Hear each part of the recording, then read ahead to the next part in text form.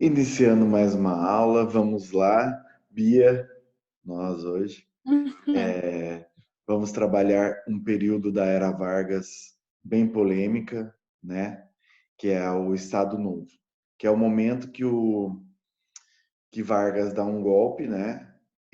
Constitucional, porque ele tem acesso à Constituição, né? E acaba inaugurando a sua ditadura nesse período chamado Estado Novo, certo? Muito importante, nós vamos ver o porquê. Pode iniciar, Bia, por favor, o golpe, calma, o golpe do Estado Novo. A campanha para as eleições presidenciais de janeiro de 1938 iniciou-se sob forte tensão, pois o governo relembrava o movimento de 1935 e insistia na ameaça de uma conspiração comunista. Foram lançados 3 candidatos: Armando de Salles Oliveira, representante da oligarquia paulista; Plínio Salgado, líder da AIB; e José Américo de Almeida, candidato da situação. Sim, que é candidato justamente do partido de Getúlio Vargas, tá? Deixa eu só grifar aqui os principais. Oligarquia paulista, que é toda aquela que a gente já viu, né? Política café com leite, daí tinha a oligarquia paulista ligada ao café. Então, obviamente, eles querem voltar para o poder. Esse Plínio Salgado aqui, ô Bia, é o da AIB, aquele grupo com ideais fascistas que a gente comentou na aula Uhum. passada. José Américo da situação. Como assim, professor, situação? Do partido que já está no poder, né? Pode continuar, então. Durante a campanha,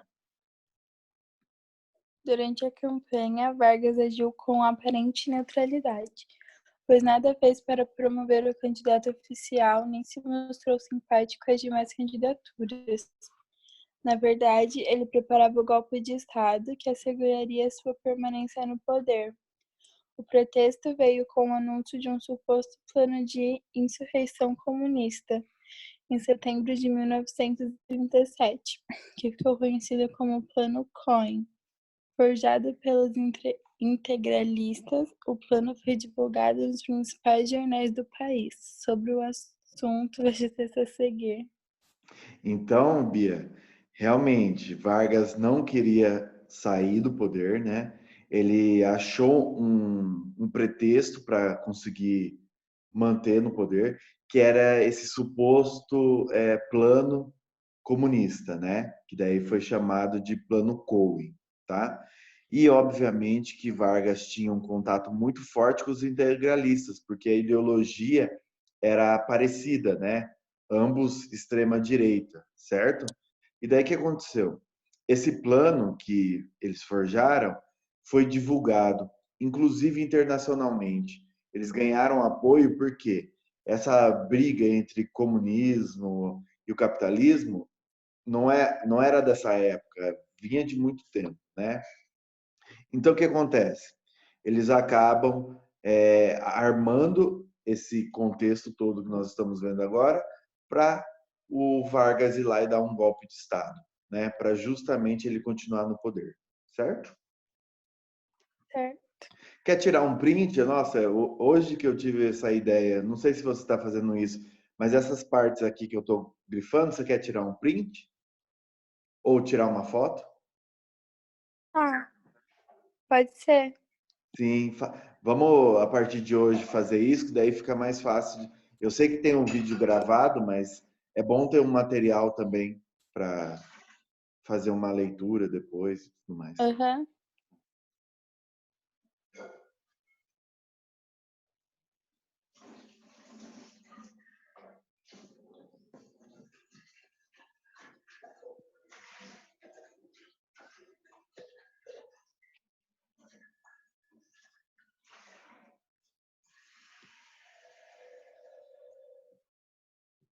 Pronto?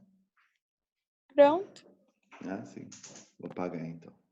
Daí fica melhor. Você tem um material e depois você pode criar uma pastinha no computador, ô Bia, e colocar por matéria. Aham. Manda as fotos para o computador, né? Daí tem um material a mais para estudar. Deixa eu dar um zoom só nessa parte aqui. Eu vou ler e vou explicar para você. Ó, apresentava um esboço de um plano de trabalho específico a ser desenvolvido junto às classes trabalhadoras, dividido em 3 etapas. Segundo o texto, os comunistas conduziriam o operariado a fazer petições coletivas e por escrito por aumento de salários aos patrões, nossa.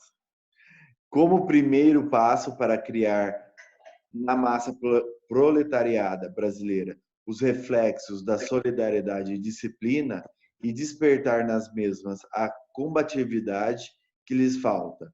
Após esgotar esse recurso, seriam organizadas marchas coletivas de todo o operariado, que irá aos patrões em atitude absolutamente pacífica. O passo final seria a greve geral. Deflagrada a greve geral, um comitê de incêndios, entre aspas, né, deveria entrar em ação. A organização desse comitê aparecia com grande destaque no texto.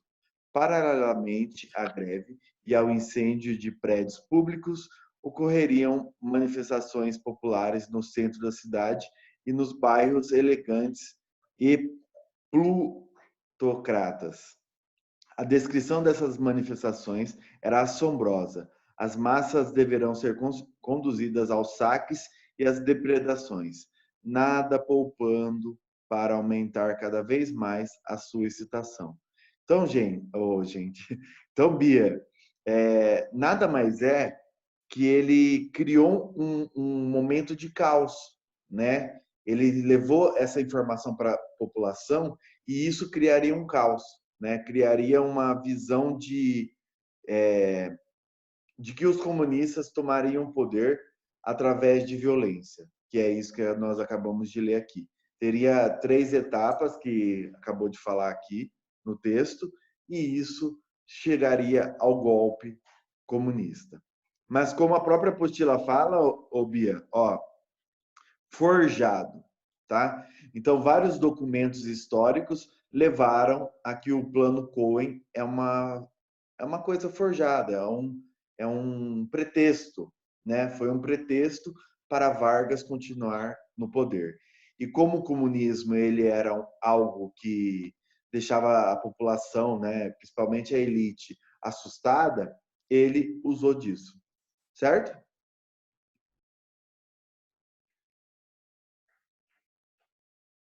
Certo, Bia?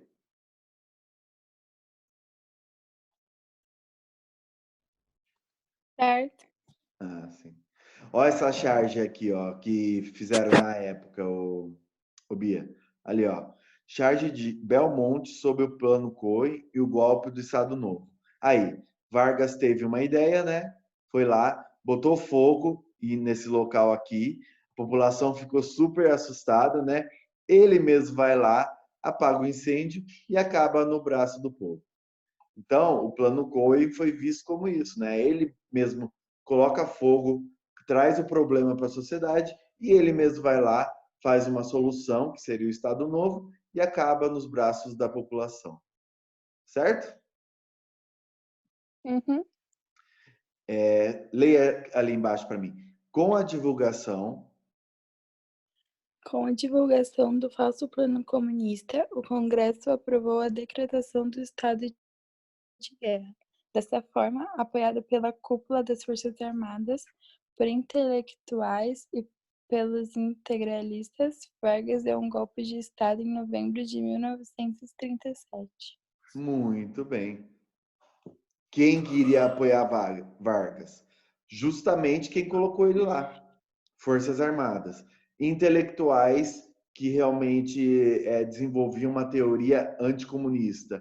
E o último, os integralistas, que obviamente era o braço, vamos dizer, o braço direito dele ideologicamente, né? Então, ele acaba efetivando o seu golpe de Estado, certo? Muito importante, tá, Isa? Esses apoiadores normalmente solicita bastante isso nos vestibulares. Pode continuar para mim. Ao estabelecer o Estado Novo, Ao estabelecer o Estado Novo, o presidente suspendeu a Constituição e aboliu os partidos políticos, iniciando uma era de autoritarismo que duraria até 1945. A AIB, que apoiou o golpe, foi colocada na ilegalidade em dezembro, com os demais agrupamentos políticos. Alguns integralistas chegaram a tentar um levante contra o governo, em maio de 1938, no Rio de Janeiro, mas foram rapidamente derrotados. E aí, você achou alguma contradição aí?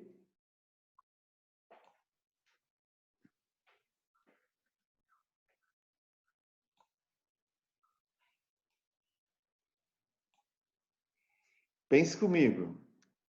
Ele foi lá, suspende a Constituição, que é o órgão mais democrático, né, que é o direitos e deveres dos cidadãos, né?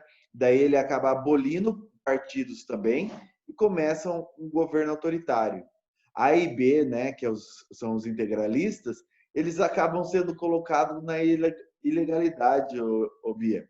Eles apoiavam o Vargas, mas por causa desse fechamento democrático, eles colocam até a e B, que apoiava o Vargas, na ilegalidade.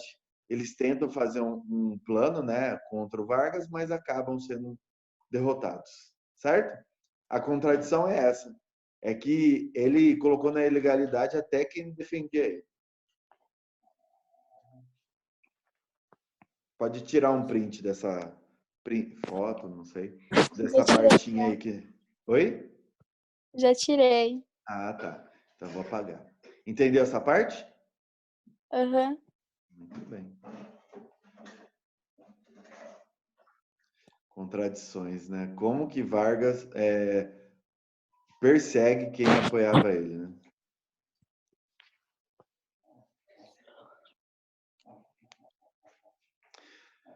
Polícia política durante o governo de Vargas. Vamos ver o que acontece. Eu vou ler essa parte, tá, Bia? E daí já vou te explicando. Desde 1924, o Departamento de Ordem Política e Social, o DOPS, certo? Um órgão muito antigo que vai ser usado em ditaduras também, né? Com outras finalidades, obviamente. Criado no estado de São Paulo, atuava com a finalidade de reprimir movimentos sociais e políticos. Ah, Isa entrou. E havia inspirado a fundação, então, ó, inspirado a fundação de delegacias, tá? Da mesma ordem em outros estados. Então, esse departamento de ordem política e social, ele teria o objetivo de reprimir, né, os movimentos sociais e políticos, e daí ele acabou inspirando outras regiões, né, outros estados, a fazer o mesmo, a criar esses órgãos de repressão, certo? Em 1933, durante o governo provisório de Getúlio Vargas, ele criou a Delegacia Especial de Segurança Política e Social, que é o DESPS. Essa delegacia, chefiada por Filindo Müller, estava centralizada na polícia do Distrito Federal, ou seja, que ele comandava. Dispunha de autonomia em âmbito federal e de uma tropa de elite especial, a Polícia Especial. Muito importante, tá? Então, vai agir aonde? Ao comando do presidente, certo? Dispunha de uma autonomia federal, certo? E era considerado uma tropa de elite especial. Depois do levante comunista, em 1935, a repressão política aumentou, obviamente, e as organizações e os indivíduos considerados suspeitos passaram a ser investigados e perseguidos de maneira intensa, tanto pelo DOPS como pelo DESPS. Certo, Bia? Isa também, que entrou agora. Essa é a parte política.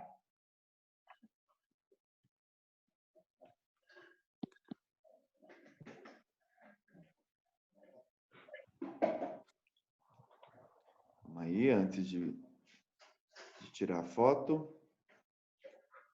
Certo. Pode tirar, Bia. Tá com a apostila, Isa? Tô. Grife rapidão essa parte política aqui. Tirei print. Mais fácil. Tá.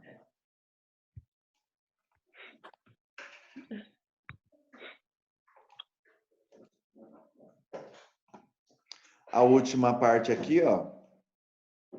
Com a instauração do Estado Novo, as prisões arbitrárias, certo?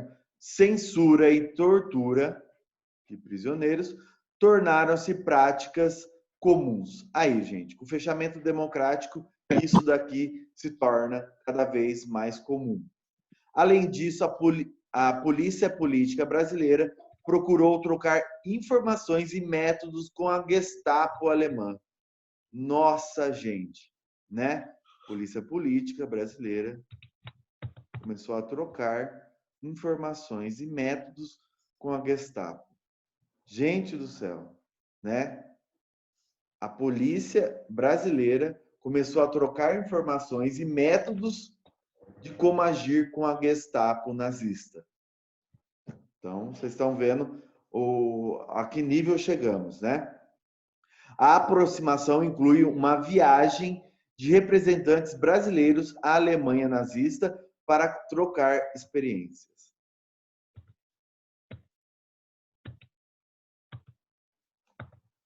O que vocês têm a dizer dessa parte? Bia e Isa?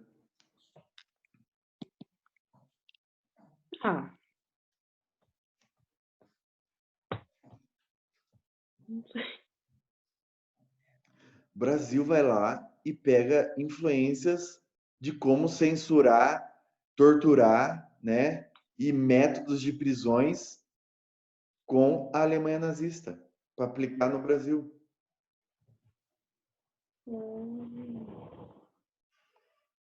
Isso é assustador, né? Se pensar na época que os brasileiros foram tratados dessa forma. Podemos passar para a próxima página? Tiraram print dessa último parágrafo?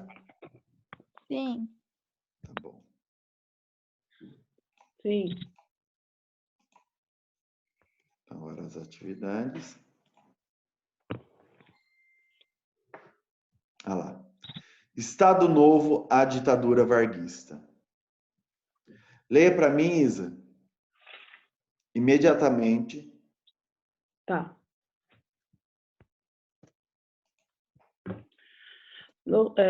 Estado Novo, a ditadura vanguardista. Varguista. Imediatamente após o golpe, Vargas dissolveu o Congresso e outorgou uma nova Constituição que concentrava amplos poderes no Executivo. Sua proposta de organização do Estado tinha pontos em comum com os modelos fascistas europeus em voga naquele período. Com base nessa proposta, o governo suspendeu os direitos industriais.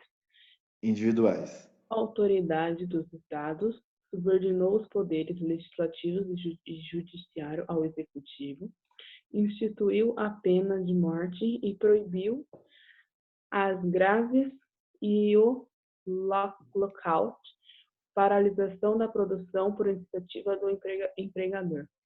Então, gente, realmente fechou todas as vias democráticas no Brasil, certo? O que ele fez? Colocou o poder total para ele. Vocês sabem o que é outorgar? Não.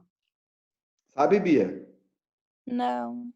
Outorgar é quando você pega uma Constituição e impõe ela. Não é o povo que decide ela, ajuda a desenvolver ela. Eu faço uma Constituição e aplico, imponho às outras pessoas e vocês têm que seguir. É isso que ele fez com essa Constituição, certo? Que fazia o quê? Concentrava todos os poderes em suas mãos. E qual é a influência, professor, dessa Constituição? Modelos fascistas da Europa, tá? Então, com isso, ele suspende os direitos individuais de cada pessoa, tira a autonomia dos estados, que é o federalismo, subordina o legislativo, que cria as leis, e o judiciário a ele. Então, ele é a lei. Ele aplica a lei e faz as leis e também controla os juízes. Está tudo na mão dele. Instituiu a pena de morte, proibiu as greves, tá? E a paralisação paralisação da produção iniciada pelo empregador. Então, ele controlou tudo. Ele controlou desde o âmbito público até o privado. Absurdo, né? Pode continuar, Isa. Vargas. Você pode dar uma baixada só, por Claro. favor? O duro se eu abaixar, vai ficar estranho aqui a parte que eu grifei. Mas isso, pode ler, depois eu subo de novo para vocês tirarem print. Vai. Vargas. Tá. Vargas deu prosseguimento à construção do aparelho de Estado que caracterizou todo o período de seu governo. Em 1938, criou o Departamento Administrativo do Serviço Público, o DASP, com o objetivo de melhorar a eficiência dos serviços públicos, formando quadros somente com funcionários concursados. Em 1939, criou o Departamento de Imprensa e Propaganda, o DIP, que cuidava da propaganda oficial do governo e da promoção das manifestações cívicas e era importante instrumento de produção pessoal de Vargas. Como único porta-voz autorizado pelo regime do DIP, tornou-se... Dá uma baixadinha? Obrigada. Censurado todas as produções artísticas. Tornou-se órgão coercivo da liberdade de expressão, censurado todas as produções artísticas, culturais e informativas que não estivessem de acordo com o governo. Pronto, pessoal. Dessa forma, é mais uma oportunidade dele fechar as partes democráticas também. Então, vamos grifar quais são essas partes. Primeiro, criou o departamento, né, administrativo do serviço público, tá? Então, objetivo de melhorar a eficiência dos serviços públicos. Aí seriam só funcionários concursados. Professor, isso é bom. Tem até hoje os concursos, né, para funções públicas e tudo mais. Só que nessa época ele tinha o controle sobre quem colocar. Esse é o problema. Não é problema ser concursado. O problema é você interferir na seleção de determinados funcionários que iriam beneficiar ele mesmo, né? Outro, Departamento de Imprensa e Propaganda. Gente, pede muito isso em vestibular. Departamento de Imprensa e Propaganda no período ditatorial de Vargas, tá? Quero o quê? Professor, qual era a função do DIP? Propaganda oficial do governo e promoção das manifestações cívicas, ou seja, coisa que vai exaltar a pátria, tá? E foi um importante instrumento de promoção pessoal de Vargas. Porque pense comigo, está vivendo em um momento de ditadura. Fechou todos os órgãos democráticos, certo? Então, como uma forma deles conseguir exaltar o seu governo, ele cria esse departamento de propaganda para exaltar a sua figura, como o Salvador do Brasil, que está conseguindo desenvolver e tudo mais. Então, o DIP nada mais é que isso, né? E, o DIP se tornou um órgão coercitivo da liberdade de expressão. Ou seja, não vou deixar qualquer um desenvolver as coisas que pode acabar indo contra o meu governo. Ele não aceitava oposição, gente, a seu governo. Então, censurava todas as produções artísticas e culturais, informações que não tivessem de acordo com o governo. Então, tudo que fosse informação que Vargas não achava pertinente para o governo dele, ele cortava. Beleza? Uhum. Nenhuma pergunta? Não. Não. Tiraram print? Sim. Sim. Tá bom. Muito importante o DIP, gente. Deixa eu ver. Leia a legenda aí para mim, por favor, Isa. A juventude brasileira. A juventude brasileira. O Brasil tudo espera da juventude enquadrada perfeitamente nas aspirações do Estado Novo, guardando as inspirações do passado e constituindo a ordem e o progresso atual, e para a grandeza do futuro de volta às suas vistas. As novas gerações terão um papel decisivo a desempenhar, pois o muito que já somos e ainda bem pouco diante. Do que poderemos ser. Com as nossas imensas possibilidades. Então, gente, isso era uma das formas de propaganda de Vargas, certo? Ele criava esperança, ele criava momentos de exaltar a juventude, falar que ela que seria o futuro, né? Que poderia mudar as realidades do Brasil da época, tá? Então, esse sistema de promoção, né, de propaganda de Vargas, tentou encobrir, né, esse momento de ditadura que estava sendo vivenciado, certo? Uhum. Aí vamos chegar em uma dos momentos de Vargas que ele acabou conseguindo investimento estrangeiro, principalmente dos Estados Unidos, também por causa da Segunda Guerra Mundial, certo? Os Estados Unidos pressionou bastante o Brasil para entrar do lado dos aliados. Mas lembrando, qual era a ideologia de Vargas? Ela se alinhava mais com o fascismo ou mais com a democracia que os Estados Unidos pregavam? Fascismo? Fascismo. É. Então não é uma grande contradição Vargas entrar do lado dos aliados? É. Sim, sem dúvida. Porque Vargas, que era fascista, acaba entrando do lado dos aliados, que é Estados Unidos, né? Depois que ele entra por causa de Pearl Harbor e tudo mais, entra do lado dos aliados que defendem uma certa democracia, né? Apesar de ter o imperialismo envolvido e tudo mais. Então, leia para mim, Bia. O Estado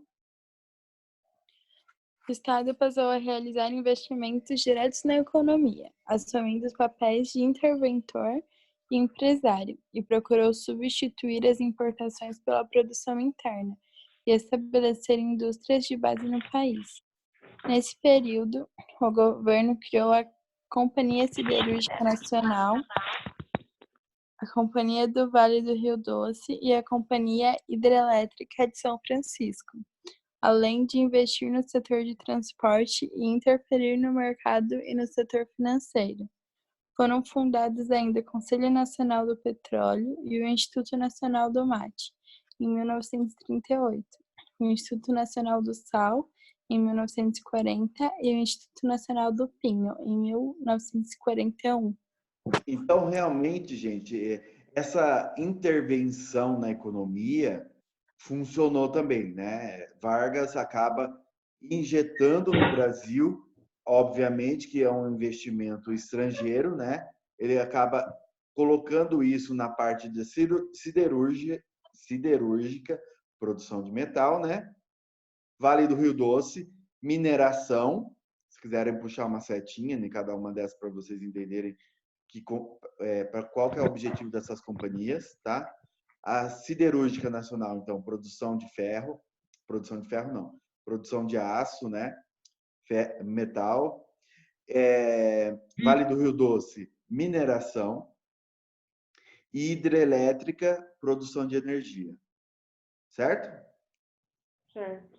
E também investiu no transporte e começou a interferir no mercado e no setor financeiro. Então, o Estado interferindo totalmente na economia. Como fala aqui, Instituto Nacional do Mate também, né? Instituto Nacional do Sal, Instituto Nacional do Pinho. Então, tudo isso ele faz investimentos, né, para tentar indústrias nacionais, estatais que é do Estado, é uma empresa do Estado. Ok? Ok. Tiraram print? Sim. Sim. Ok.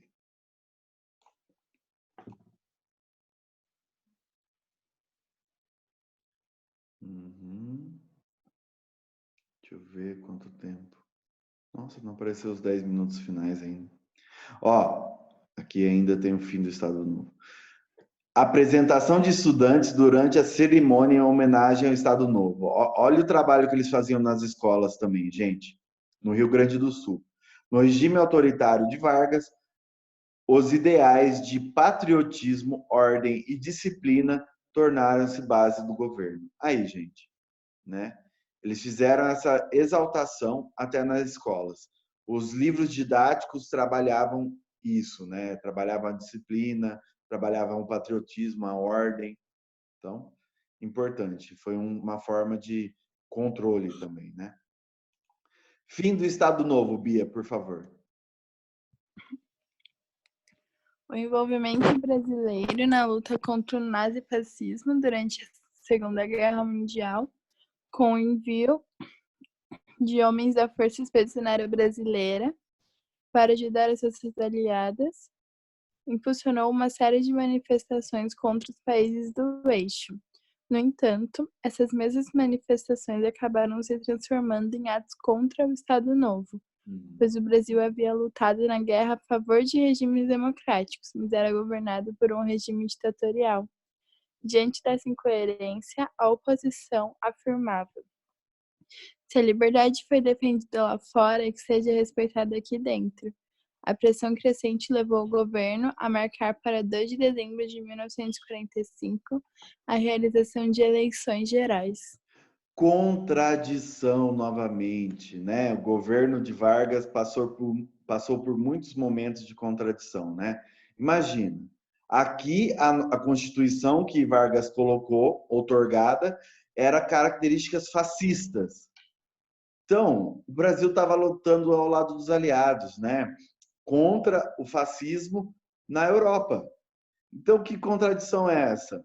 Eu mando as forças expedicionárias, né, que foi criado para isso, para lutar contra o fascismo na Europa. Aí, no Brasil, ditadura, né? Que sentido faz isso?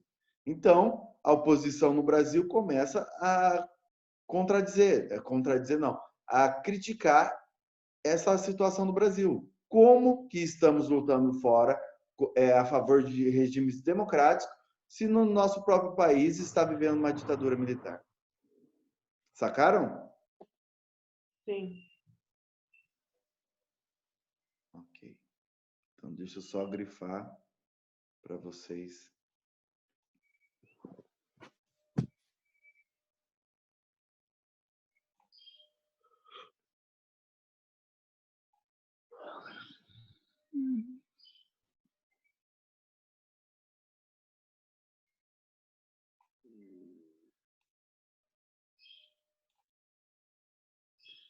O Brasil estava lutando na guerra a favor de regimes democráticos.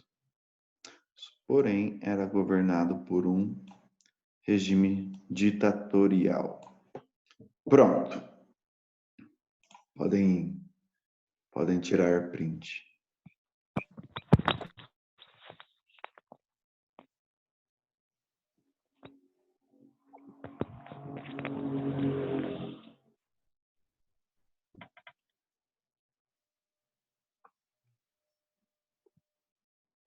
Pronto? Sim. Uhum. Ok. Então, aqui acaba o regime do Estado Novo. Pode continuar, Bia, por favor. Nesse ínterim, ou seja, nesse contexto, Nesse ínterim, atualizou-se a formação de partidos políticos que se organizaram para lançar candidatos à presidência. Entre os partidos políticos de maior expressão estavam a União Democrática Nacional, adversária do regime, que apresentou a candidatura do brigadeiro Eduardo Gomes à presidência da República, e o Partido Social Democrático, composto de políticos ligados a Vargas, e ao Estado Novo, que lançou a candidatura do general Eurico Gaspar Dutra. O Partido Trabalhista Brasileiro, formado sob proteção de Vargas, teve como base eleitoral as camadas populares e urbanas beneficiadas pelas medidas sociais e trabalhistas do Estado Novo, e apoiou o candidato do PSD, o PCB, novamente legalizado e com milhares de adeptos no país. Lançou como candidato à presidência Iedo Fiuza. muito bem. Então, ó, começa uma leve abertura democrática, né? Nós vamos ver que depois com a saída de Vargas, realmente isso acontece. Acaba saindo antes disso, né? Então, ó, cria-se primeiro a UDN, né? União Democrática Nacional, adversária do regime, tá? Do regime ditatorial de Vargas, e lança Eduardo Gomes, né? O brigadeiro Eduardo Gomes. Brigadeiro é um título dado a participantes participantes não, integrantes das Forças Armadas, tá? Partido Social Democrático, nossa, que democrático, né, gente? Composto de políticos ligados a Vargas e ao Estado Novo. Nossa, o Estado Novo era super democrático, né? Indicou Eurico Gaspar Dutra, certo? Que é quem vai ganhar as eleições, né? Que na verdade vai ser quem vai substituir Vargas.